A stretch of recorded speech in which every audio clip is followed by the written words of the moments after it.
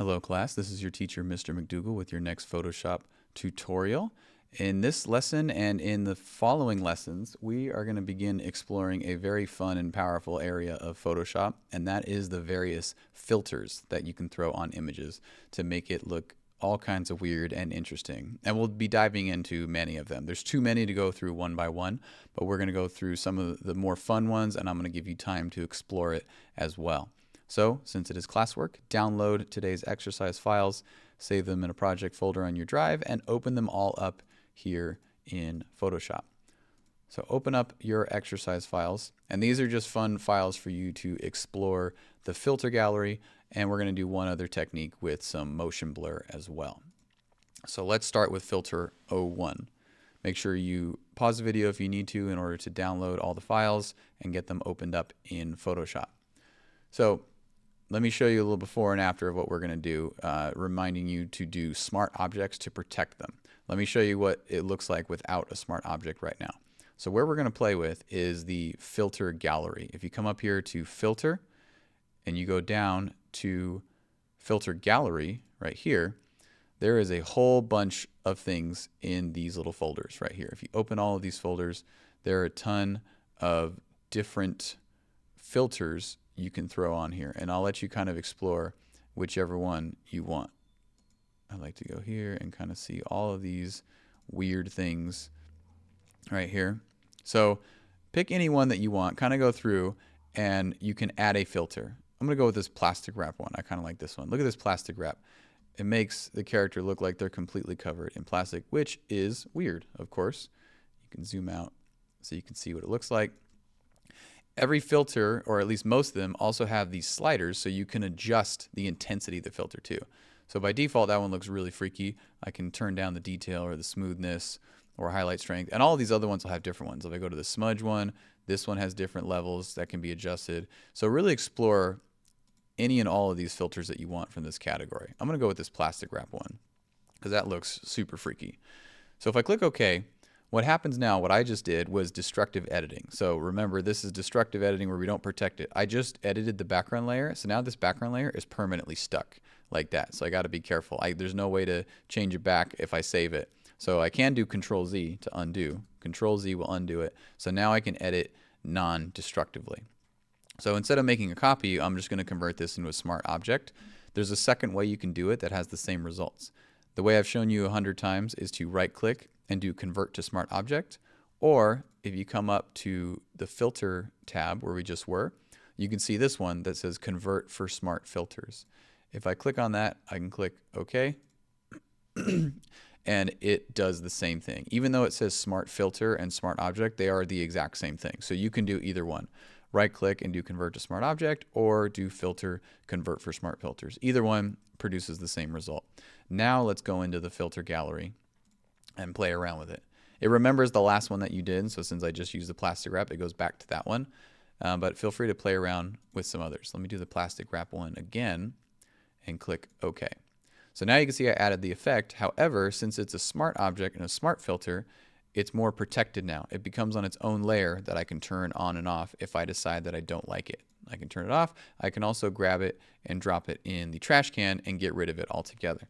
So converting into a smart object or smart filter, again, is a form of protective editing in case you change your mind. It's always best to do it this way because often in Photoshop, you'll be starting an effect and then realizing, you know what, it doesn't look that good or I want to change it. So smart objects and smart filters are the safest way to go. So what I want you to do with these remaining filter ones on filters 2 through 7 right here, all of these, I want you to put a different filter on each one. Make sure you convert each one into a smart object or convert for smart filters, either one, so they're protected. And then on each one, I want you to explore the filter gallery and put a different filter on it and just mess around with the intensity. So let's say for this one, I'll do another one, convert for smart filters, okay. And then let's go back to our filter gallery and see what else we can play with. Make sure you use a different one for each photo. I already used the plastic wrap, so I'm not going to use that one again. But let's see, watercolor, brushes, sketching, dark strokes, and each one as well. Mess around with the settings. See how it looks different on each one until you find something that you think is really cool. Underpainting. You can also change these little things instead of a canvas, maybe brick. That looks cool. I like that. And again, I could turn it on and off because of the smart filters. So do that for all the rest of these filter ones right here until we get to motion 01. Don't do it for the motion files. Do it for all these ones that say filter 02 through 07. Do all of these. So pause this video, go ahead and explore filters for each one of these. And then once you're done and ready to move on to motion 01, then unpause the video and come back to this point. Okay, so for this one, what we're going to do is we're going to add a very specific filter that's not in the filter gallery. There's still lots of filters as well, but let me show you a couple of the more cool ones. So for this one, we're going to create motion blur on this guy to make it look like the background is blurry and he's moving super fast. So the first thing we want to do is duplicate the background. So we're going to do Control J to duplicate it. All right, so now he's looking good. So now we're going to have two options. So this one will be our runner here on the top. So rename this layer to runner, and we're going to rename this one to blur. So we have two layers right here. Here's the runner and here's the blur. Right now they are exactly the same. So on the runner layer, we are going to create a layer mask of this person. So let's jump over to our quick selection tool. We haven't used it in a minute, but use your quick selection tool to select the runner as cleanly as you can. I'll do that part with you right here. Using our quick selection, just paying attention to where the lines are going. It's easy to do a rough selection quickly, and then you're going to have to zoom in once you get down to the edges. Right there, that looks good. Okay, looks good so far. Now let's zoom in, make sure it looks clean. That looks good. Anywhere that's not super clean around some of the edges, like the hair, we can clean that up with the selected mask. But let's get it right about there. For this particular effect, it's okay if it's not perfect around the hair, and I'll show you why once we get into it. But let's make sure it's just as clean as possible for right now. That looks good. Get this guy and the shoe right there. So for this particular motion blur effect, it's actually okay if the border's not super clean because the motion blur is going to blur the edges anyway. Let's just make sure we get his body at least. There we go, looking much better. All right, so now that we've selected him out, we are going to add a layer mask, just like that. So now we've masked him out on the top layer. The bottom layer is still there, filling in the background, but we masked him out on the top.